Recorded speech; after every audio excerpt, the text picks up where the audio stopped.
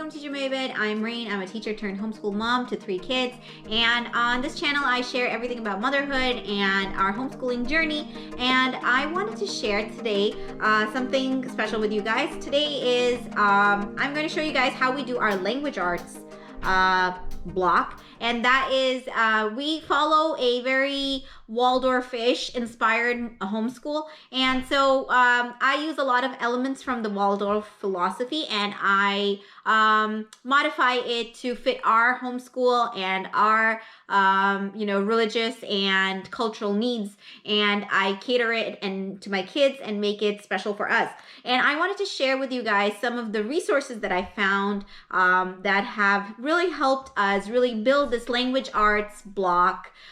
Block is basically it's like a chunk of time that you put set down for a certain subject. And if you want to learn more about what a main lesson block looks like, you could check out some of my other videos where I talk about what a main lesson block is and how we do a main lesson block.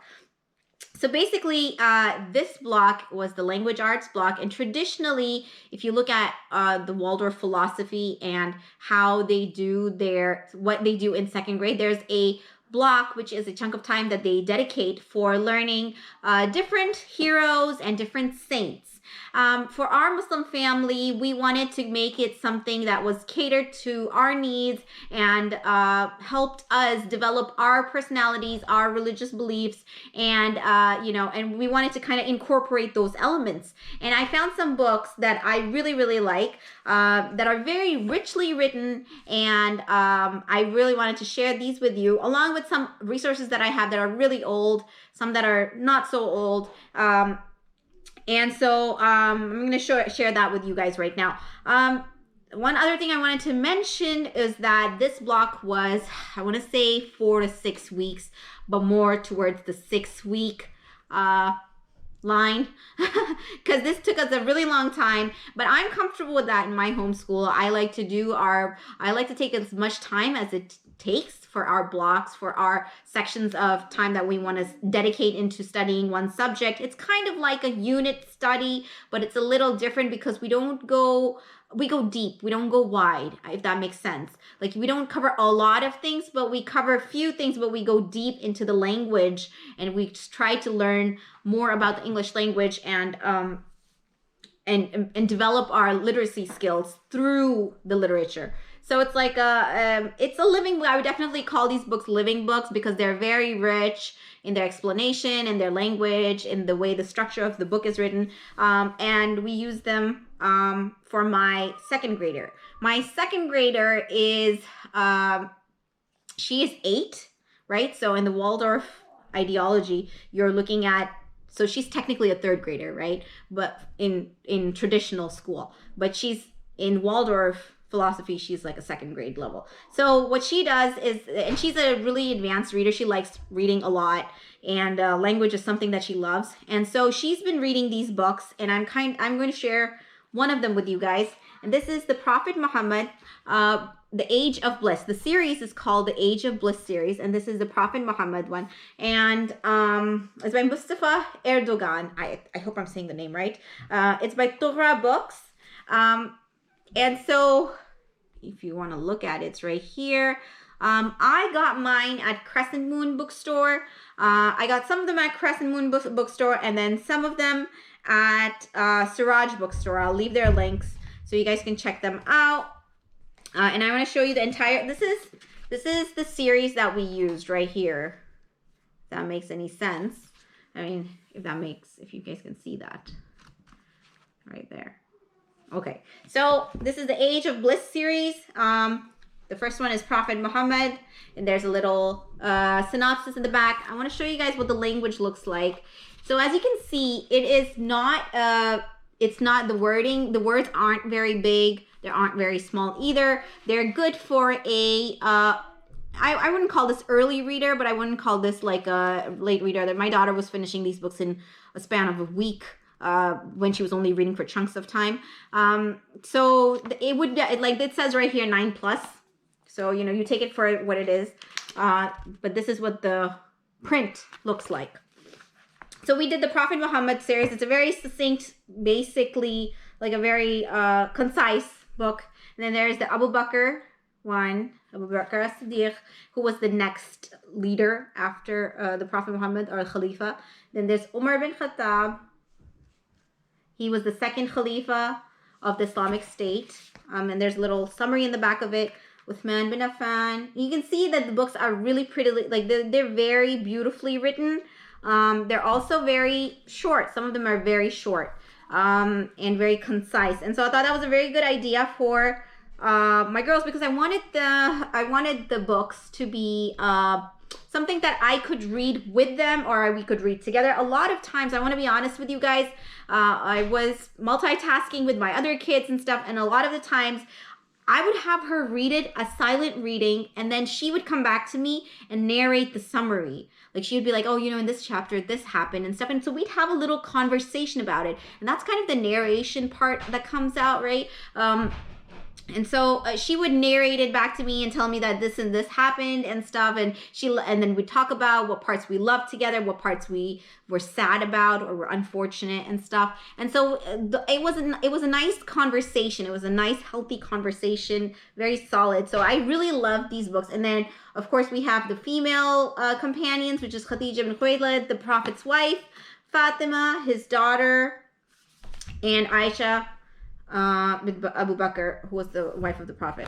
And so these books were really like this was our core. Like, I want to say this was our core, because she would every week I would give her one book, she would read it, and at the end of the week, or however we felt, we had something to talk about, I would kind of talk about it every day. And so when we felt like we had a definite understanding of the topic or the person, then I would have her do a summary. And if you know the Waldorf philosophy, you know what a summary looks like. And I'm going to share with you guys one of them right here. I hope you can see. And so on this side, she did her little drawing, and on the other side, she wrote a little summary. And in the beginning, what she was doing was that she was just writing her favorite her favorite phrase or favorite sentence from the book, from the chapter or book.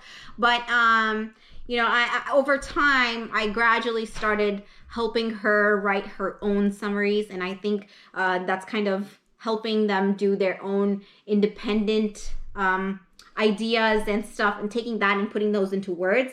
And so I think that really helps with essay building and essay writing. I'm the kind of person I love writing.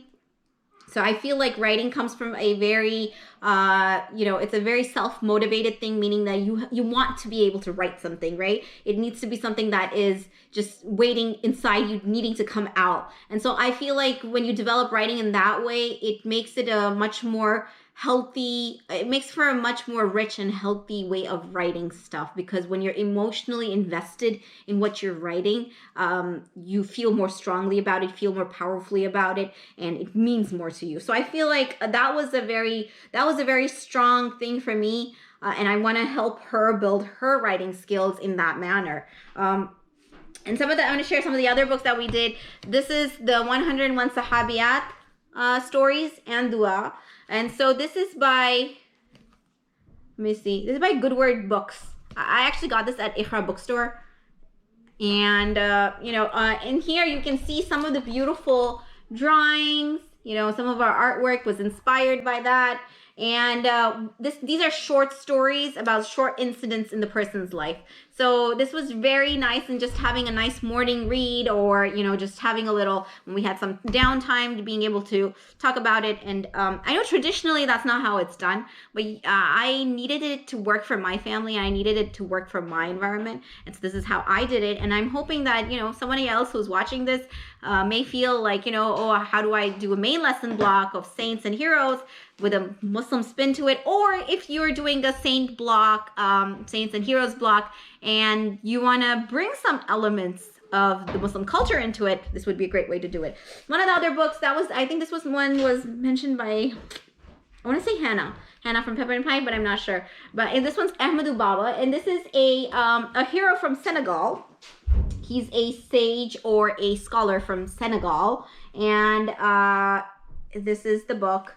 I'm going to show you it's a very simple book, but it has a lot of copy work. I'm going to show you some of the, if you check this out, pretty simple, pretty, it's very self-explanatory, but at the same time, it's engaging and it brings in a different culture, which is something that I really wanted for our Saints and Lessons book. Another resource that we used was the Companions of the Prophet. These are really old books. I don't know where we got them from, but I bet that a lot of Muslim bookstores like Iqra Bookstore and Islamic Bookstore Online, there's a lot of bookstores that do carry these books. And this is Companions of the Prophets by Abdul Wahid Hamid. So there's 2 volumes of that. Another one that we really liked was the Rightly Guided Khalifas, or the Caliphs. There's some really nice drawings in there, and these were really fun for morning reading time, right? Just some quiet reading time. The girls really liked the stories and they were asking for more. What's interesting is that these books, the Age of Bliss books, and these kind of go together. The stories are a lot of the stories are similar, and I'm wondering if it's because they were published by the same publisher. Yeah, TorahBookstore.com. They were published by the same publisher, so a lot of the stories are similar, if not the same. Let's see, and this is another one that I really used, and I use this, so a lot of these books I use for self-study and then being able to add elements. So for example, if my child is narrating back to me the story of Khadija, right? I want to be able to bring something new. So in the Waldorf philosophy, every day you bring something new to the child, right? So if she's telling me the story of Khadija, I want to be able to bring something new to her every day. So I tell her, did you also know that? And then I go off into my little story and I tell her something that I learned that was new. So this wasn't just a growing experience or a learning experience for my child, but it was also a learning experience for me. And I thought that was really cool. So this one is by Darussalam. This is the Heroes of Islam. And there are many in here. And this is an old book. There are so many in here. There's so many in here. We picked and chose which ones we wanted to cover. Because there's so many, we could not cover all of them. I definitely wanted to stay within the 4 Khalifas range, so that, and the daughters and wives of the Prophet, because I wanted to be able to not branch out too much, because that would just become overwhelming for them. Plus I wanted to save some for later, right? So these were some of the ones that we covered. I covered in our lesson blocks the 4 Khalifas and Prophet Muhammad and his wife Khadija, and then Fatima, his daughter, and Aisha, I kind of want her to read on, like I left it for her to read on her own and do what she wants to do with it. I'm not going to require a main lesson paper from her or a summary from her, but I want her to, just read it and enjoy it. Sometimes these lessons are about their self-growth and the growth of the child, and not so much getting into the nitty-gritty and being like, give me a main lesson summary about it, right? So I wanted these not just to be our main lesson blocks, but also our Islamic studies. So that kind of covered both areas. Hope that makes sense. I hope I'm making sense. But what other things? Oh, so as we would do the main lessons, I've talked about this in my other videos before. As I do my main lessons, I highlight spellings, words, in the main lesson summary, which is right here. I can show you another one over here, right? In the summary and stuff, we talk about some of the spellings, we talk about nouns, we talk about verbs, we talk about action words and stuff like that. Basically, you're very gently introducing grammar, but you're establishing the writing process for them. You're establishing what it means to write and draw, and it's more of a artistic endeavor than so much an essay or a summary that you have to write. But that's it. I think I've if you have any questions, sometimes I forget to mention things. So if you have any questions, please leave them in the comments and I'll gladly, answer them. But if you have any other questions, please let me know. And I'm so glad that you joined us in this video. And if you like the video, or if you want to learn more about how we're doing our homeschool, hit the like button, share with others who might benefit. And thank you so much for watching, guys. Bye.